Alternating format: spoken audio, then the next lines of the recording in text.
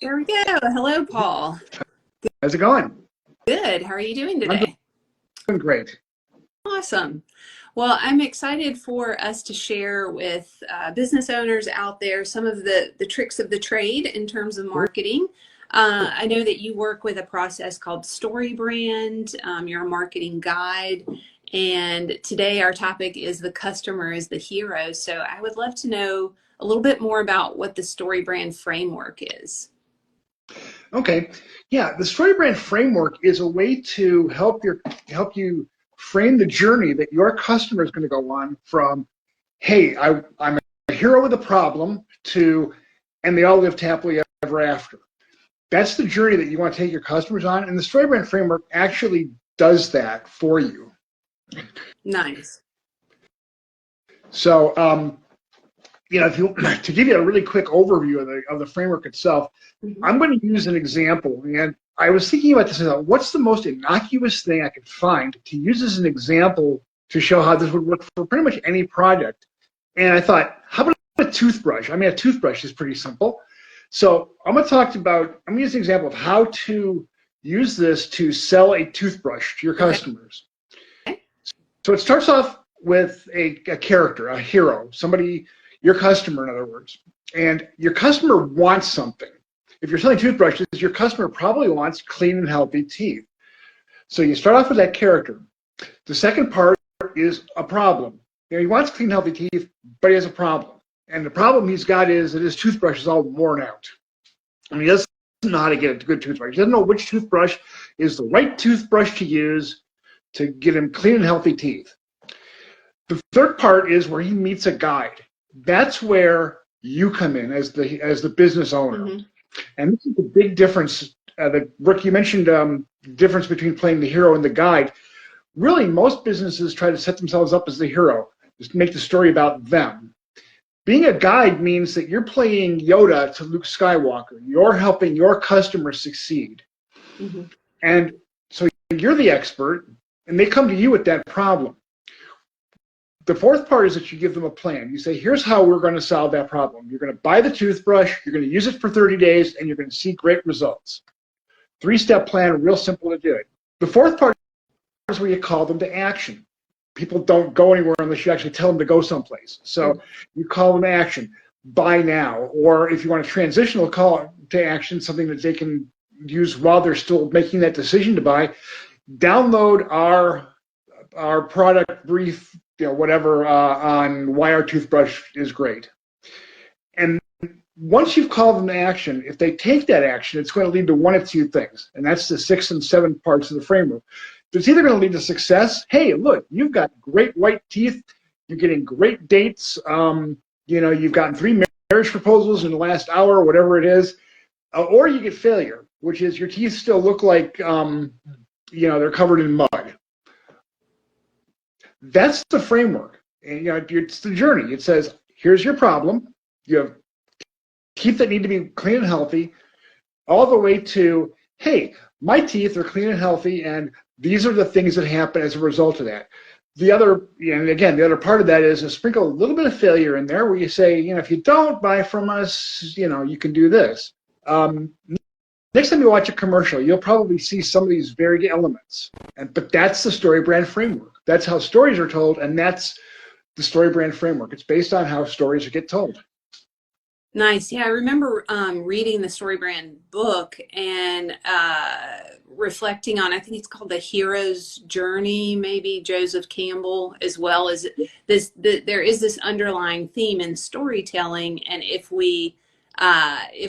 that is absent, or we get the characters in the wrong place, as you said, like the guide being the hero, then the story doesn't resonate as much. And also, the other thing that stood out to me about the StoryBrand framework was the realization that we have so many inputs coming at us. We're getting bombarded with information constantly, and we have to simplify our message and really give our potential customer or client that option of, here is how you act on this. You have to really lead them to that point of action very simply. And I think that in the book they talk about it like you're talking to a Neanderthal, or you're talking to a cave person and you're trying to very simply deliver the message. And so when you put that person in the role of being the hero, and like you said, you're the guide, they are empowered to take the action, and become part of the story, become part of Right. the resolution of buying that great toothbrush and then getting those great dates and that marriage proposal. I love that. We're filming this in February, so it's a good theme for the month. Yeah, and if you think about it too, you know, that most websites kind of make the mistake of putting too much in the header, the part above the fold before you start to scroll, and that's kind of where the caveman thing is going to. Here's a simple little thing that you can do with your website. Take it to a coffee shop, show it to 3 people, different times, for 5 seconds. Then close the laptop and ask them, now, can you tell me what my business is all about? Mm-hmm. Most of the time, people may have an idea, but you can also use insider language or something. They may not have a clue as to what you're talking about. That header, and this is where you want to really kind of to pull from the StoryBrand. You want to say basically 3 things. What do you do? How do I get it? And how is it going to make my life better? If you can answer those, a caveman will be able to look at your website and say, "Ugh, that's what it is," and they'll know right away. Nice. Yeah. So it sounds like this framework really helps your business in terms of putting your messaging in a very succinct format that people can quickly digest. Is that an accurate summary? Absolutely. I always say you want to put the cookies on the bottom shelf. Too many people make it. Yeah, I've worked with companies, and one of my niches is tech companies. Tech companies in particular have the bad habit of, when you ask them, so what do you do? Tell me about your business. They always start off with, well, it's complicated. And at that point, they start talking about all the features that their software has or whatever. And about 30 seconds in, my eyes glaze over. And I'm a tech nerd, so I love talking tech.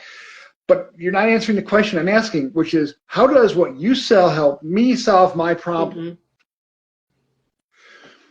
Yeah, and you want to get to that, like you said, in the header or in the initial 1 to 2 sentences of the pitch per se, just really kind of driving that home, I think. And it does get a little tricky though, I feel like, because I guess we are in our heads, like you're saying, with tech companies, and we're trying to resolve the problems in our business. So we sometimes get in our own way. And it sounds like working with someone like you in terms of getting that messaging correct can help us kind of step out of that role of hero or primary person, because we are the primary person in our business, right? So we're kind of always in that headspace, and we need to be in a little bit more of like a beginner mindset. And it sounds like you can help your clients do that. Do you want to share a little bit about kind of what it's like to work with you and how you help your clients? Sure. So where we would come in is we would start basically with a marketing consultation, and that's an opportunity for us to find out, if we're working with each other, and find out what the needs are for your company. What are the problems you're experiencing? What's your biggest challenges in marketing? Once we've kind of got that dialed in, we'll do what's called a brand message session. We'll spend about 90 minutes talking with our customer, really diving into every one of the 7 parts of that framework, and really getting to know the business, getting to know the customer, getting to know their customer, really getting a handle on what their business is all about and what the story is that they want to invite their customers into. Mm-hmm. Once we've got that, we'll go and take some time and write what's called a brand messaging guide. It's a document that has the brand message, the story that we're telling, and it breaks it down into those 7 parts, because you'll use different parts of that in different advertising and different marketing campaigns. You might talk about how you're the guide at one point. You might talk about, the plan for working with you at another time. So you'll have all these pieces that you can use. Once we've got that brand messaging guide and we've agreed on that firm product that we're going to do, we can, if we'd like, pull that into a website. Again, making it clear at the top and talking about all of the points that we're talking about in the framework throughout the website. One of the other things that we do is a lead generator. So basically that's a PDF, or we can do a quiz or something on the website that somebody can say, I'm willing to download this PDF or take a look at this in exchange for a name and an email address. We figure a name and an email address is worth about $15 in today's market. So we want to give them value that's worth about $15 to $20. And once they get that, we have their name and email address, and we can follow up with a series of carefully written sales emails, a sequence of about 6 emails that we send out over about 2 weeks that does things like goes into more detail about how we solve the problem. It answers objections. One of the ones that you'll hear sometimes is, you're expensive. Well, this is why, and this is the value you're going to get for it. We try to do things like make a paradigm shift. One of my big ones that I use all the time is, most people think of marketing as an expense. And it makes sense that they do that because it shows up that way on the income statement. But think of it instead as an investment in your company. So that's another email that we can send out, something along those lines. And then one that says, you've heard all the details, you've heard all the facts. How about you set up an appointment, or how about if you buy our product? That call to action that you were talking about. Yeah, so it sounds like you really are helping kind of funnel the business owner right from that top, and you're also ultimately, the most important part, you're helping funnel the prospective client from that top succinct headline, and then those 7, I believe it was, parts of the framework that you're going to flesh out are going to help you as a business owner have additional pieces of collateral to educate the client and move them through the process to kind of come to the bottom of that funnel and take the action that you want them to take, and the action that's going to help solve their problem, essentially. So there's a lot of structure to it, it sounds like, and I love that, because I know I've heard you say before, one of your taglines is stop committing random acts of marketing, and that is so important. And I feel like, as business owners, we wear all these multiple hats, and we just sort of throw spaghetti at the wall sometimes because we're like, oh, we need to be marketing. Let's just, let's be in this publication and do this piece and this piece and this piece. And they don't necessarily integrate or lead the customer through that funnel, like you're talking about, or the story. It might be a better descriptor. Right.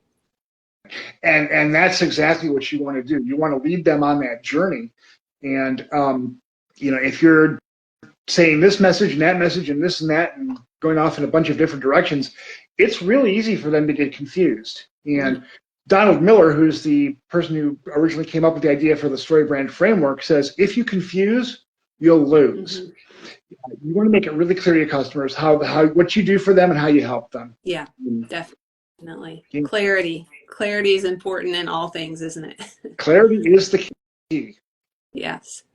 Well, that's great. I appreciate you sharing a bit more about what you do specifically, how the StoryBrand framework helps business owners get their message across succinctly and quickly. And if people want to get in touch with you to have that initial conversation to find out if you're a fit, how should they reach out to you? Yeah, LinkedIn, Instagram, we've got some social media that we're part of. If they want to get in touch with me directly, they can go to the website, 3catsmarketing.com. And you'll see basically how our website works. So we use the same process, we use the same framework we promote. And if you scroll down to the bottom of that list, if you're interested, we have a resource list that talks about all of the StoryBrand things and gives you some pointers on places you can go for more information on that. If you go down to the bottom of the website, it says read the resource list. Click on that, you'll fill out the form, and we'll send that to you. You can also schedule an appointment, for a free 30-minute marketing consultation if you'd like. I love talking about it. Now, I love helping entrepreneurs and small businesses and medium-sized businesses succeed, because it is so hard to succeed these days, and you really need to have something in your toolbox that's an arrow that you can aim well. And so for me, I really think that, the StoryBrand framework does a great job with that. And if you're interested in talking, I'd love to talk. Wonderful. Well, I appreciate you talking with us today, and can certainly see how you help business owners essentially become the hero of their marketing story through this process. So getting them to turn it from these random acts into this more direct arrow where they're actually hitting the correct type of lead that they need, and then getting the ROI on that marketing investment, like you mentioned. So thank you so much for coming on today and sharing your knowledge with us and explaining how we should turn our customers into the hero of their story, as opposed to putting ourselves out there in our marketing as the hero. But we're more of the support and let them kind of shine at the forefront of the process. So Absolutely. Thanks so much. Sure. All right. Take care, and we'll see you soon. Thanks. All right. Bye. Bye.